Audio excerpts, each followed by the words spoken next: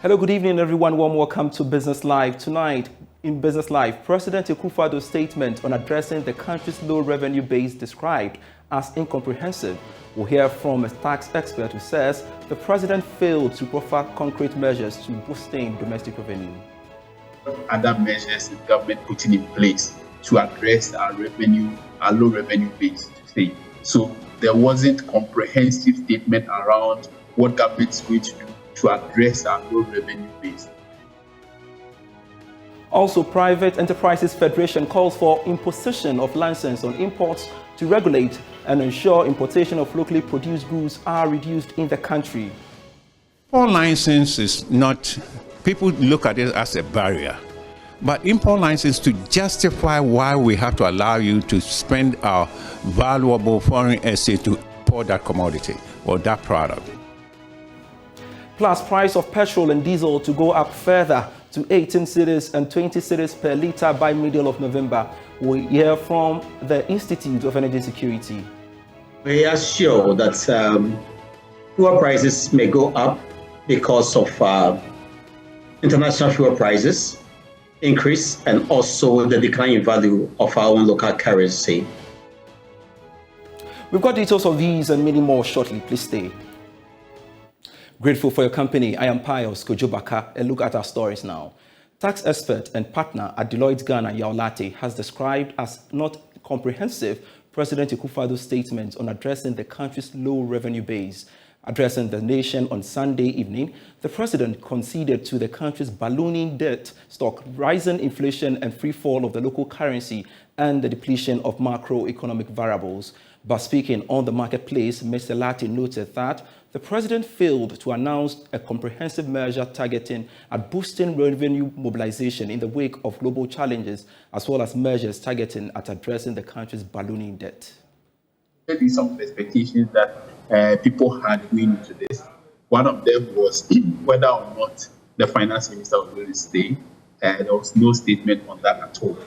And also the other issue was whether e-levy, for instance, was going to be abolished or was going to be reviewed. There was nothing to that effect because, as you know, our revenue base is low, and it's one of the reasons why we are going through the crisis that we are going through now. So what other measures is government putting in place to address our low revenue base today? So there wasn't comprehensive statement around what government is going to do to address our low revenue base. The issue about rising debt levels, and I tell you, our debt level is likely to rise a lot further if the local currency continues to depreciate. So what are we doing? What are we diversifying our borrowing sources? Are we looking at some form of debt relief from multilateral agencies? There was nothing to that effect about managing our rising debt level or reducing our debt levels. I think that's also something that there wasn't any statement to that. And then the last one was a comprehensive statement around the depreciation of local currency. You recall that there were some reports in the media about a comprehensive policy coming out from the Bank of Ghana regarding forex, so that if you put in dollars into your account today, you withdraw in cedis. I was expecting a statement on that and how government was going to address the foreign currency issue if there couldn't be any regulation around that. I think that's also, we didn't have any statement. So for me, I think most of what we heard have been said by the finance minister or even the finance industry itself in the past. And really, with the exception of the assurance given around haircuts, I think a lot of them are just things that we already. Now, the Private Enterprises Federation is calling for the imposition of license on imports to regulate and ensure that importation is reduced. According to the chief executive of the enterprise, Nana Osei-Bonsu, imports must be justified such that they do not compete with local products. He was speaking at the launch of the 3rd Annual Youth Entrepreneurship Summit and Expo. The Annual Youth Entrepreneurship Summit and Expo, the 3rd edition, is expected to help startups maneuver the business environment amid growing economic crisis. Speaking at the launch, Chief Executive of Private Enterprises Federation, Nana Osei-Bonsu, urged government to enact import licensing to help achieve this. He is optimistic it would increase local patronage. Import license is just to find ways to tell the authorities that yes, indeed, it's needed in the country, it's not available. But when we have things that are available in volumes, and people are bringing them and undercutting the pricing locally so the local people cannot even compete. That is why it's necessary in other areas that they put import licenses in place, come and justify the need to bring this here to use our valuable and limited resources, so at least it becomes beneficial to the country. It's not like you're bringing something, pillows upon pillows upon pillows, that will not be needed maybe for the next 10 years, and still you use our foreign exchange to do. So import license is a word that, sometimes people don't understand it and don't appreciate. But we don't say impose import license in every which ways. But as the president indicated, we have to limit our exposure. Chief Executive of Ghana Chamber of Young Entrepreneurs, Sharif Gali, said this year's edition seeks to project the concerns of young entrepreneurs. For the previous years, it has been successful. And this year, like you said, given the economic challenges, we think that this is the time for the young people to even be heard. Nobody listening to us. So the summit is going to give the young people the opportunity to talk about what is affecting them and what we think government should really do to also support us. So we are expecting at least above 200 young entrepreneurs, including stakeholders that will be joining us from the public and private sector and the international platform as well. The third annual Youth Entrepreneurship Summit and Expo will be held in the Ashanti region from 7th December to 11th December. Now, the prices of petrol and diesel are expected to go up further to 18 cedis and 20 cedis per litre by the middle of November. That's according to the Institute of Energy Security. It is also projecting a further increase in the price of liquefied petroleum gas despite 1.43% fall in the commodity on the world market. Now, fuel prices went up twice in the month of October as some oil marketing companies are selling petrol at 16 cedis 94 pesos, whilst diesel is going for 18 cedis 76 pesos. Nana Amwisi VII is the executive director of the Institute of Energy Security and he spoke on the marketplace. When it comes to fuel price computation, it's largely hinged on international fuel prices as well as your domestic foreign exchange markets. Over the last 2 weeks, and then 28 October 2022, we saw the Ghana cedis decline in value at a significant rate. Then also on the international market, diesel increased by more than 13%. And so international prices did not bode well for us. We couldn't manage our own cedi against the importing currency, the US dollar. And that will have to be priced in for the oil marketing companies from the BDC. And so when the BDC sell to them at a higher rate because of the Forex exposure and international price exposure, you know for sure that the OMCs will also have to translate same or similar margins to the consumer. And so by up to the mid of next month or November, we are sure that fuel prices may go up because of international fuel prices increase and also the decline in value of our own local currency. On the international markets, LPG's price declined, though marginally. One would have expected that this marginal decrease in international price of LPG would have translated to savings for the Ghanaian consumer.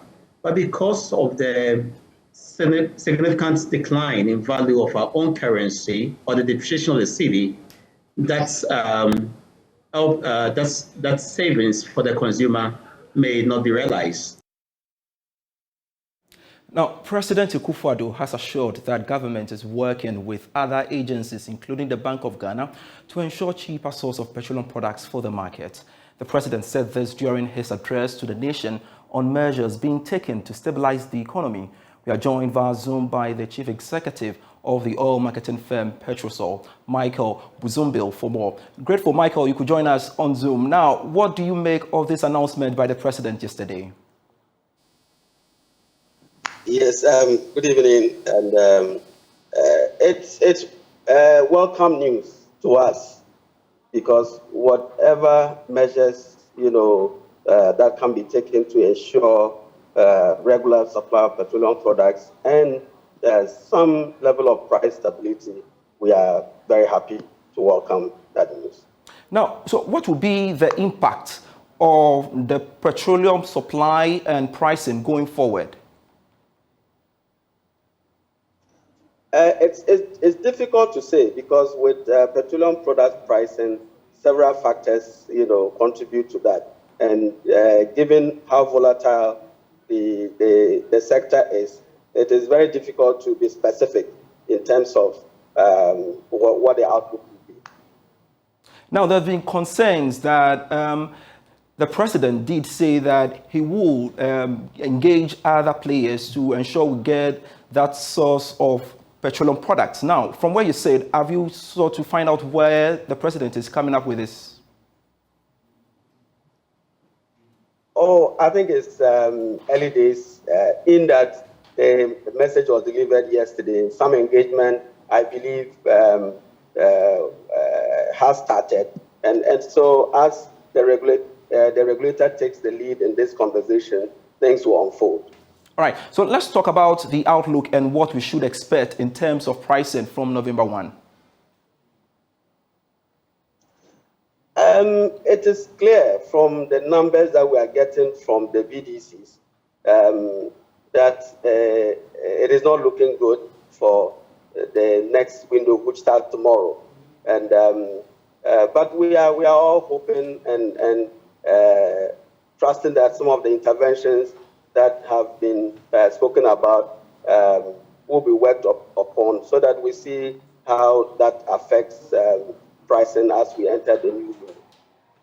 Now, so what would you say has been influenced these, or has basically been influencing these hikes in prices, even concerns that your outfit in pricing is basically the highest? Okay, thank you very much.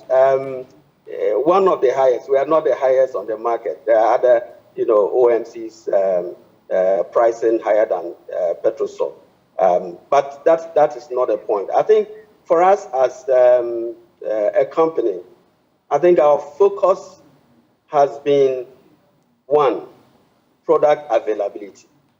In times like these, what we have sought to do is to protect the consumer in terms of regular supply of petroleum products.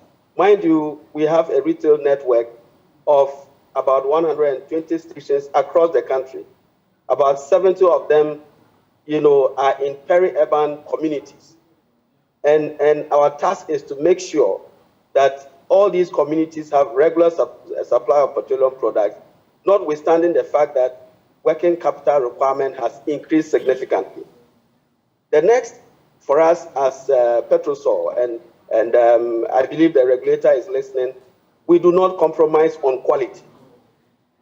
You see, because sometimes the tendency is for the consumer to be looking at the price as it is displayed on the notice, or the billboard. But what is even more dangerous is that you buy cheap product and then you end up spending so much to repair your vehicle, much more than the savings you've made by buying, cheaper product.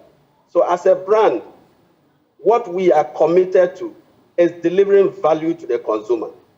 And we will continue to do that. And additionally, if you monitor Petrosol, recently we were, congratulated by the Ghana Revenue Authority for our tax compliance.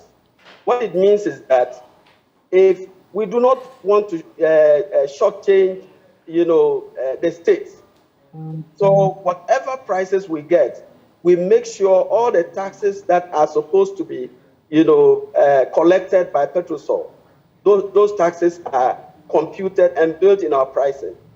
So in all, we operate as a highly ethical, business. And so these are the things that sometimes feed into our pricing. But we believe that the consumer must get value. And that is what our objective is. All right, point well made. Michael, thank you so much for your time. Michael Buzumbil is the chief executive of oil marketing firm Petrosol, sharing his perspective with us there. Let's pause for some break. When we come back, we've got more for you. This is still Business Life. Welcome back from that break. This is still Business Life with me, Pius Kojo Baka. Now, the Bank of Ghana has pledged its commitment to ensure the speedy implementation of the African Continental Free Trade Area Agreement. According to the central bank, the Russia-Ukraine conflict has had a major impact on the smooth takeoff of the agreement, thereby impeding trade facilitation among member countries. Director of Governance Department at the Bank of Ghana, Eric Cranting, was optimistic there will be soon a major boost of trading on the continent. He spoke to Joy Business at the opening of the West African Institute of Economic Management in Accra. Now, the bank in general has been embarking on financial literacy programs. I mean, you as journalists, you know much about it. That is the bank's main objective, to make sure that people understand economic projects and economic issues so that the reportage is appropriate, you understand, so that by so doing you also educate the rest of the population. That is very important. Beyond that, I mean, Bank of Ghana is the national institution. We have a lot of responsibilities, and whenever we are called upon, depending on how it relates to our mandate, I mean, we'll definitely be up to the task and provide the necessary support. Well, you know, AFTA has been on the drawing board for some time now. We want to see it move. You understand? We expect us AFTA to emancipate the continent, one way or the other. But here we are all victims of Russia, Ukraine, etc. I think if we are able to boost trade among ourselves, I mean, we'll be in a position to, get over some of these issues, and then also see to our own development instead of always trying to rely on trade with international institutions, etc. So we are all keen on seeing it take off. Now, some workers of Volta Aluminum Company, Volco, have today protested over poor working conditions and what they describe as mismanagement of the company by the executive board. They also claim the reabsorption of old retirees is not helping the company to grow. The workers are therefore calling on government and other major stakeholders and all relevant authorities to intervene to prevent the company from collapse. Some of the workers spoke to us. Okay. My name is John Tegan. I've been in Baku for about 12 years now. We are gathering here to express our dissatisfaction with our management. Now we are beginning with retirees. Why we don't want the retirees again in this plan? We have allowed them for about 10 years now, but their involvement in Baku operations is not profiting the plant. In fact, it is even affecting the industrialization of the country, because if Baku is not doing well, it will definitely have effect on the nation's move as in the area of developing the country into industry. Now, why don't we want the retirees around? One is because of their decisions making in the plant. It's not helping the plant. Why should we hand over a plant of 100% capacity to a leadership, and then as we stand forward in the state of 12 years, the capacity has been dropped to 40%. Okay, of $5 billion as in purchases, and then also another decision making again in the plant as in the selling operations. We lost about $3 million as in operation, and this is government management. How are we going to make profit? How are we going to grow? So on this basis, we think the management doesn't have the competence to run the plant, and therefore we hear that government will put them aside and bring in new leadership. The reason why we are here today is that last year, my name is Frank, and the reason why we are here as union members, and we have stopped the work is last year during the negotiation between our local union and our management. There was an agreement that after the negotiation, there was a percentage they want to give us, which we don't want to accept.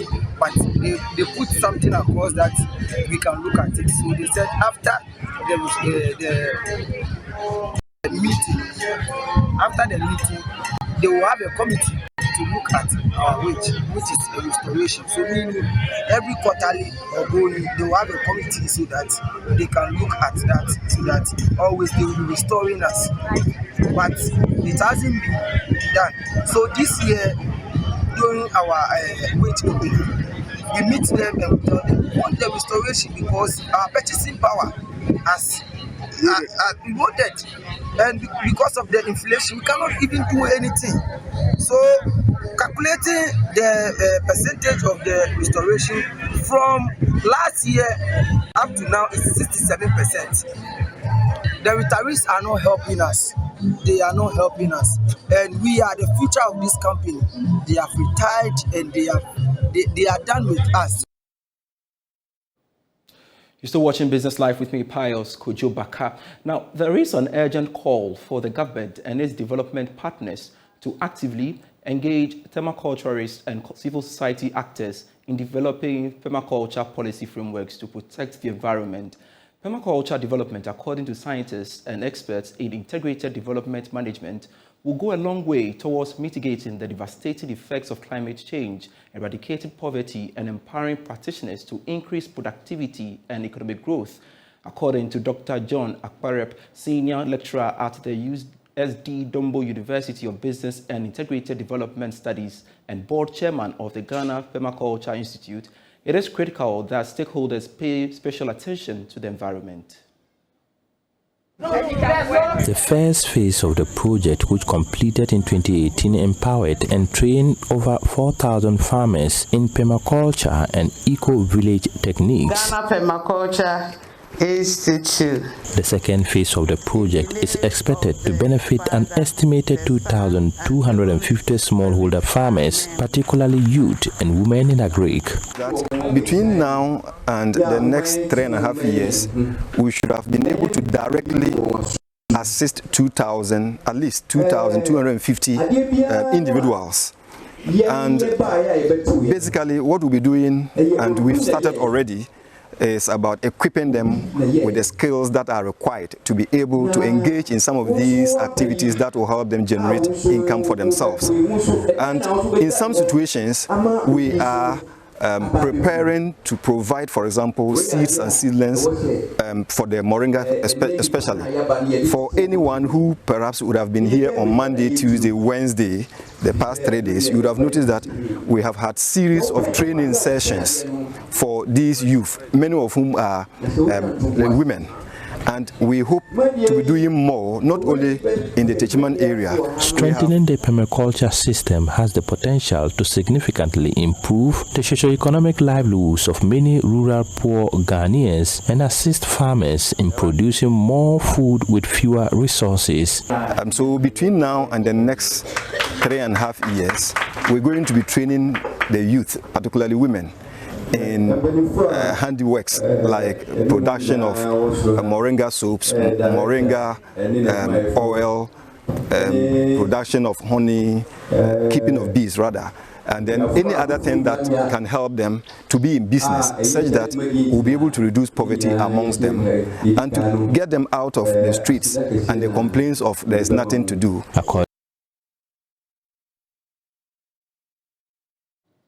And that's it for Business Live for today. Grateful for your company. I am Pius Kojo Baka. For more news, log on to myjoyonline.com/business. Grateful serving you. Do enjoy the rest of our programs.